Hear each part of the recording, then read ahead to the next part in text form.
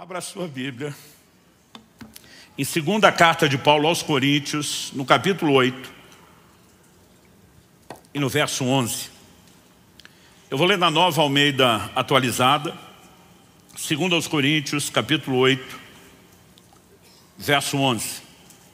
O texto sagrado diz assim: terminem agora a obra começada, para que assim como mostraram boa vontade no querer, assim também completem essa obra, dando de acordo com o que vocês têm. O apóstolo Paulo está falando a respeito de uma oferta combinada, programada, planejada. E o que ele fala não se limita à oferta. É importante que a gente reconheça que está dentro de um contexto, mas ele diz: terminem agora a obra começada, para que assim como mostraram boa vontade no querer, também completem essa obra. A NVI traduziu esse texto assim: agora completem a obra para que a forte disposição de realizá-la seja igualada em zelo, ou pelo zelo, em concluí-la. Eu quero mexer no assunto que eu acredito que tem prejudicado não só a vida natural, mas inclusive a vida espiritual de muita gente. E o tema da minha mensagem hoje é: pare de procrastinar. Pastor, o que é que significa procrastinar?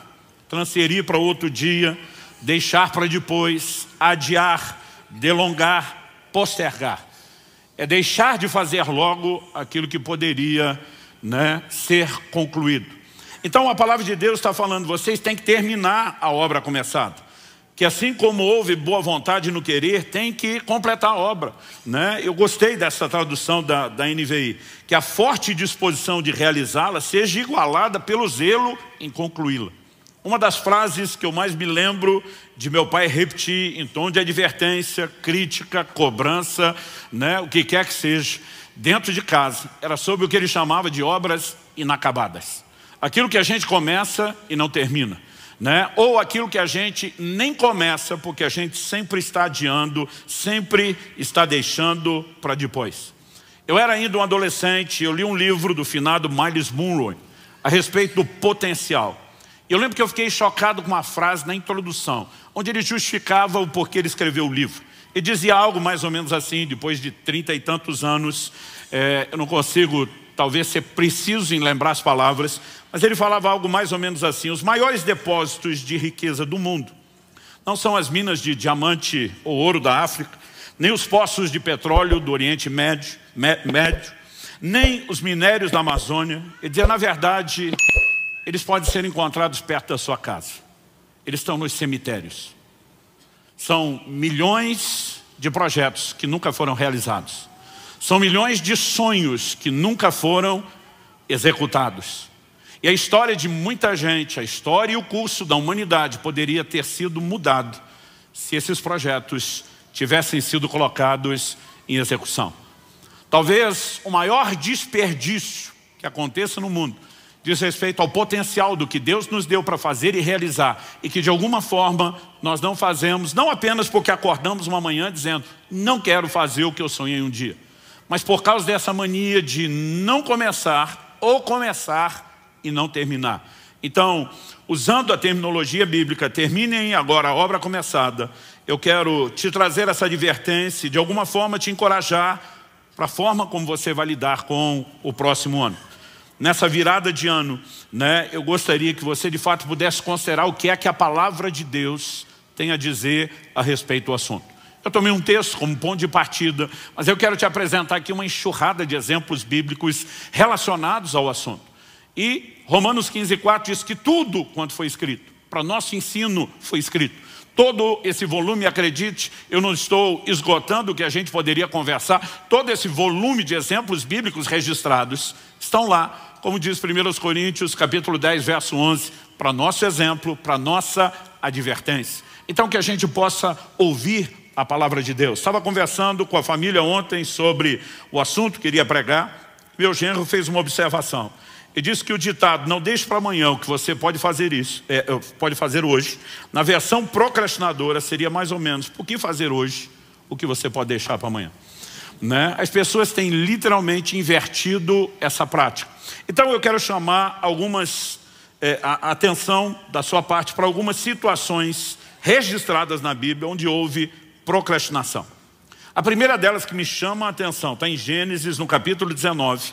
Eu quero ler dos versos 12 a 16. Eu vou passar rápido, eu vou ler rápido os textos. Não vou esperar você abri-los. Se você quiser, pode ir tomando nota, né? Porque a gente tem que derramar esse volume de informação e conteúdo em menos tempo. O texto diz assim: então os homens aqui são os anjos enviados para destruir Sodoma e Gomorra. Então os homens disseram a Ló, sobrinho de Abraão: você tem aqui mais alguém dos seus, genro, filhos, filhas, todos quantos você tem na cidade, faça-os sair daqui, pois vamos destruir esse lugar, porque o seu clamor tem aumentado, chegando até a presença do Senhor, e o Senhor nos enviou a destruí-lo. Então Ló saiu e foi falar com os seus genros, os que estavam para casar com as suas filhas. Ele disse: levantem-se, saiam desse lugar, porque o Senhor vai destruir a cidade. Mas eles pensaram que Ló estava brincando. Para pensar que Ló estava brincando, tinha trollagem desde os tempos antigos. O texto continua e diz assim: ao amanhecer os anjos apressaram Ló, dizendo: levante-se, pegue a sua mulher e as suas 2 filhas que aqui se encontram, saia daqui, para que você não morra quando a cidade for castigada. Como, porém, ele se demorasse, aqueles homens o pegaram pela mão, a ele, a sua mulher e as 2 filhas, sendo-lhe o Senhor misericordioso, e o tiraram e o puseram fora da cidade. Gente, como alguém que é visitado por anjo recebe a notícia: isso tudo vai ser destruído, some daqui, chispa, desapareça, precisa ficar sendo pressionado, cobrado e no final arrastado para fora da cidade, pela misericórdia de Deus. O que leva alguém a agir dessa forma? Nós não estamos falando de um camarada que atrasou se preparando para um casamento, para algo assim. É simplesmente a hora de alguém gritar: salve-se quem puder, e você simplesmente corresponder a um comissionamento divino. Mas de alguma forma existe no ser humano uma inclinação e uma capacidade a protelar, até mesmo em coisas urgentes e de extrema importância, né? O que é que será que levou Ló a demorar? Será que é o fato de não ter conseguido convencer os genros e talvez tentar mais? Será que era talvez uma demonstração de apego àquilo que era material, imaginando: eu vou perder isso tudo, e de repente o coração está preso naquilo? Nós sabemos que sua mulher agiu assim, porque ao saírem da cidade o anjo diz: não olhe para trás, e a mulher de Ló desobedeceu e olhou para trás. Mas embora a Bíblia não seja clara sobre o motivo dessa relutância em salvar a própria vida, é evidente que o camarada está sendo lento a ponto de ser cobrado, apressado e depois arrastado para fora pelos anjos de Deus. O que o leva, né, o levou a agir assim, o que leva as pessoas a agir assim. Eu quero te dar um outro exemplo bíblico. Êxodo capítulo 4, de 24 a 26, fala de um momento onde Moisés, para quem o Senhor apareceu na sarça e o envia de volta ao Egito com a missão de libertar o seu povo de Israel. Agora ele pega a família, ele está na viagem para o Egito, para executar uma missão que recebeu de Deus. E olha o que esse texto diz: estando Moisés no caminho, numa estalagem, o Senhor o encontrou e quis matá-lo. Então Zípora pegou uma pedra afiada, cortou o prepúcio de seu filho e com ele tocou os pés de Moisés e disse: sem dúvida, você é para mim um marido de sangue. Assim o Senhor o deixou. Ela disse: marido de sangue, por causa da circuncisão. Gente, nós sabemos que Deus não é bipolar. Os capítulos 3 e 4 de Êxodo mostram Deus convencendo Moisés a corresponder ao seu chamado. Deus o envia ao Egito porque quer usá-lo. Agora, no meio do caminho, Deus aparece na estalagem para matá-lo. Então, será que Deus não estava decidido sobre o que queria? Evidente que Deus sabia muito bem o que queria. Mas a partir do momento em que Moisés se dispõe e diz: eu atendo o seu chamado e vou, Deus diz: bonitão, se você vai fazer a minha obra, é do meu jeito e não do seu. Havia uma aliança firmada com Abraão, o primeiro patriarca, de que todo macho na família tinha que ser circuncidado. Essa aliança vem sendo guardada e obedecida por gerações, por séculos. E por algum motivo, nós vemos que Moisés não circuncidou seu filho. Eu vou te dizer o que esse texto me faz pensar. O motivo é que ele se casou com uma mulher gentia. Não era parte da cultura daquele povo circuncidar o filho. Nós estamos falando de uma cirurgia. Uma criança, eles faziam isso aos 8 dias de idade, né? O momento onde a cicatrização está assim, praticamente no nível da perfeição para acontecer. Deus estabeleceu a hora de fazer a cirurgia. Agora tente imaginar a mamãe, que não conhece a cultura, que talvez não conhecesse a Deus, não da forma como aquele povo conhecesse. Descobrir que agora o marido com quem ela casou quer mutilar o filho. Numa cirurgia sem anestesia, sem asepsia, sem analgésico, sem anti-inflamatório nem antibiótico. Eu imagino que aquela mulher enlouqueceu. Ela deve ter se colocado entre o filho e Moisés e falado alguma coisa do gênero, só por cima do meu cadáver. E o Moisés, talvez, para não criar uma situação dentro de casa, disse, tá bom. E ele simplesmente vai deixando e deixando. E agora, quando Deus aparece e vem para cima dele, a mulher entende.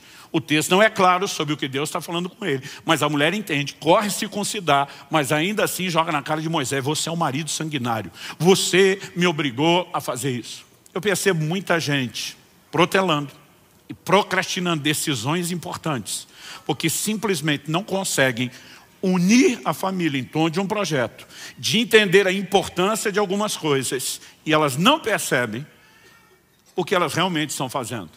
Talvez Moisés pensou, estou evitando um conflito e criando um com Deus. Não tem nada de sábio nem de inteligente nisso. Daqui a pouco eu falo sobre a questão da circuncisão.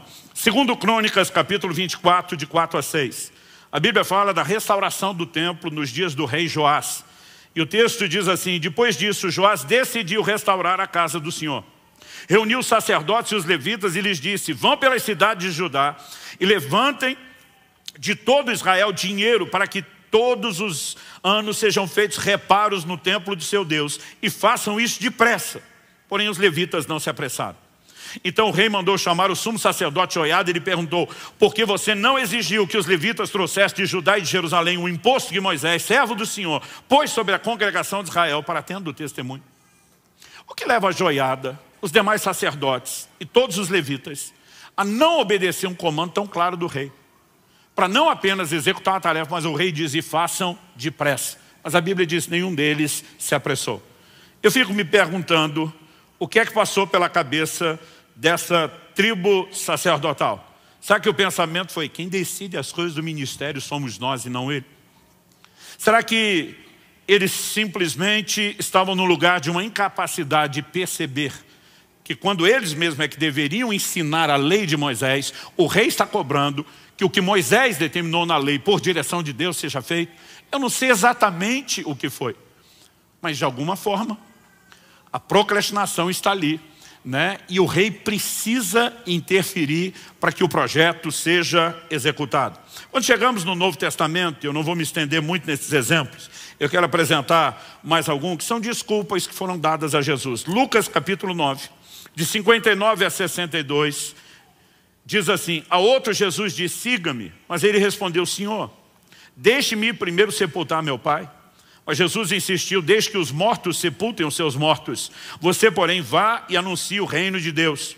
Outro lhe disse, Senhor, quero segui-lo. Mas permita que antes disso eu me despeça das pessoas da minha casa. Mas Jesus lhe respondeu, ninguém que põe a mão no arado e olha para trás é apto para o reino de Deus. Há uma série de especulações entre os estudiosos e os comentaristas bíblicos sobre o que significa a frase, deixe-me ir primeiro sepultar meu pai. Mas é praticamente um consenso, ninguém acredita que o pai tinha acabado de morrer. Em primeiro lugar, porque se isso tivesse acontecido, o sepultamento ele não acontecia num prazo tão curto como o nosso. A lei determina que em 24 horas, né, a partir de constatada a morte, o corpo tenha sido sepultado por questões, né, de saúde. Mas eles tinham o hábito de embalsamar os seus mortos, algo que aprenderam desde o tempo em que viveram no Egito. E normalmente havia tempo para se chorar, para se lamentar os mortos. Aqui eles estavam fazendo isso antes do sepultamento. Normalmente pela proximidade e o contato com o cadáver, e um filho dificilmente, eu não vou dizer impossível, mas dificilmente não teria tido contato com o corpo morto do pai. Não poderia estar em público com outras pessoas, ele era considerado impuro. Outras pessoas acreditam que isso se trata do segundo sepultamento, que é quando de fato, né, todo o corpo havia se decomposto e sobravam só os ossos, né, porque aquela capacidade de embalsamar não era no nível das múmias dos faraós, que ainda podem ser encontradas. Então aquilo tinha prazo de validade, era estendido, mas tinha. E depois os ossos eram movidos, como José pediu que movessem os seus ossos quando saiu do Egito. Alguns chamam isso de o segundo sepultamento. Mas o que quer que seja que esteja em discussão, a maioria dos comentaristas, e eu vou com eles, acreditam no seguinte, Normalmente, o filho tomava decisões e tinha responsabilidade, se tratando do filho mais velho, quando o pai morria. Ele passava a ser o responsável pela casa. A maioria acredita que esse cara está dizendo, quando meu pai morrer, e eu finalmente estiver livre para tomar as decisões pela família, eu farei isso. Em qualquer uma das possibilidades, ele está olhando para o próprio Jesus e dizendo, o que o Senhor falou é legal, eu só não vou fazer logo. Eu também não sei dizer quando é que eu vou fazer, mas uma hora eu quero fazer. É a conversa do procrastinador, né? O segundo, ele simplesmente diz, me permita que eu me despeça das pessoas da minha casa. E aqui nós podemos imaginar que Jesus não está apenas avaliando a conversa. Daqui a pouco eu quero que você veja que quando Elias joga a capa sobre Eliseu, ele pede para despedir da família. E o Elias dá o joinha para Eliseu e diz, tudo bem. Até porque você vai ver que é um movimento rápido. Aqui nós podemos imaginar, né, que o Senhor está lendo o coração da pessoa e não apenas a sua resposta. Mas igualmente Jesus diz, aquele que põe a mão no arado e olha para trás, não é apto para o reino de Deus. E eu percebo que várias pessoas, elas demonstram um mix de sentimentos que acabam falando mais alto do que as suas prioridades. O que eu sinto sobre a casa, o que eu sinto sobre a família, o que eu sinto sobre os meus projetos. E mesmo diante de um chamado direto da boca do próprio Senhor Jesus, elas têm dificuldade de estabelecer e definir as suas prioridades. O contraste desses exemplos bíblicos de gente procrastinando são textos, eu quero dividir isso em dois grupos, situações onde a Bíblia registra que não houve procrastinação. Nesse grupo que não procrastinou, eu quero dividir os exemplos em dois, subdividir em dois grupos. Os que agiram imediatamente e aqueles que refletiram antes de agir, mas também não demoraram para agir. Os que agiram imediatamente. Em Gênesis, no capítulo 17, no verso 23, a Bíblia nos mostra que depois que Deus falou com Abraão, institui a aliança da circuncisão por meio de uma revelação clara. O texto de Gênesis 17, 23, naquele mesmo dia, tipo, ele nem deixou para depois. Naquele mesmo dia, Abraão tomou seu filho Ismael e todos os escravos nascidos em sua casa e todos os que ele tinha comprado com seu dinheiro, todos os do sexo masculino que havia em sua casa e circuncidou a carne do prepúcio de cada um, como Deus lhe havia ordenado. Então a atitude de Abraão é mais ou menos, Deus falou, está falado, bora cumprir, bora executar. A mesma atitude é demonstrada em Gênesis 22, quando Deus fala com Abraão e diz, eu quero que você me ofereça seu filho, seu único filho, o filho a quem você ama, né? Eu brinco que parece que Deus está dificultando. Se falar só o filho já era difícil, agora diz seu filho, seu único filho, o filho que você ama, e eu quero que você me ofereça em sacrifício. Gênesis 22, 3 diz, na manhã seguinte, Abraão levantou-se de madrugada. Então, ele simplesmente espera o momento que está próximo do amanhecer, mas antes mesmo da luz sair, ele se levanta e diz, vamos fazer o que Deus executou. O que se Deus falou, está falado. Em 1 Reis, no capítulo 19, de 19 a 21, nós temos o chamado de Eliseu, que eu mencionei agora há pouco. O texto sagrado diz, Elias saiu dali e encontrou Eliseu, filho de Safate, que estava lavrando com 12 juntas de bois adiante dele. Ele estava com a 12ª junta. Elias passou por ele, lançou o seu manto sobre ele. Então Eliseu deixou os bois, correu atrás de Elias e disse, deixa-me beijar o meu pai e minha mãe, então eu seguirei. Elias respondeu, vai e volte, pois você já sabe o que fiz com você. Eliseu voltou para trás, pegou a junta de bois e os sacrificou. E com os equipamentos dos bois, cozinhou a carne, deu ao povo, eles comeram, então se levantou, seguiu Elias e o servia. Ele despede da família, ele despede das pessoas à volta, ele simplesmente sacrifica o instrumento de trabalho, ele não termina o que ele estava fazendo o arado, e ele imediatamente se dispõe para cumprir o seu chamado. É o que nós lemos em Marcos, no capítulo 1, no verso 18, o chamado dos irmãos Pedro e André. Quando Jesus simplesmente passa por eles e os chama, a Bíblia registra, Marcos 1, 18, eles deixaram imediatamente as redes e o seguiram. Algo curioso que você vai perceber é que Deus nunca chamou ninguém para fazer coisa nenhuma que estivesse desocupado. Nunca, você não vai achar um exemplo bíblico. Todo mundo que Deus chamou estava trabalhando. Porque se no trabalho, no que é natural, com certeza vai fazer corpo mole para aquilo que é espiritual.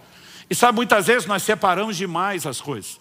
Nós espiritualizamos demais. A gente acha que procrastinar na vida natural não tem nada a ver com a forma de vivemos a vida espiritual. Mas a verdade é que nós refletimos na vida espiritual os valores e as práticas que nós temos naquilo que é natural.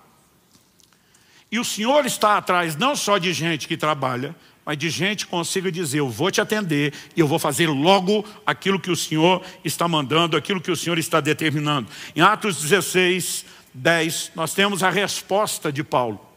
A Bíblia diz que à noite ele tem uma visão de um jovem da Macedônia que aparece a ele e diz, passa a Macedônia e ajuda-nos.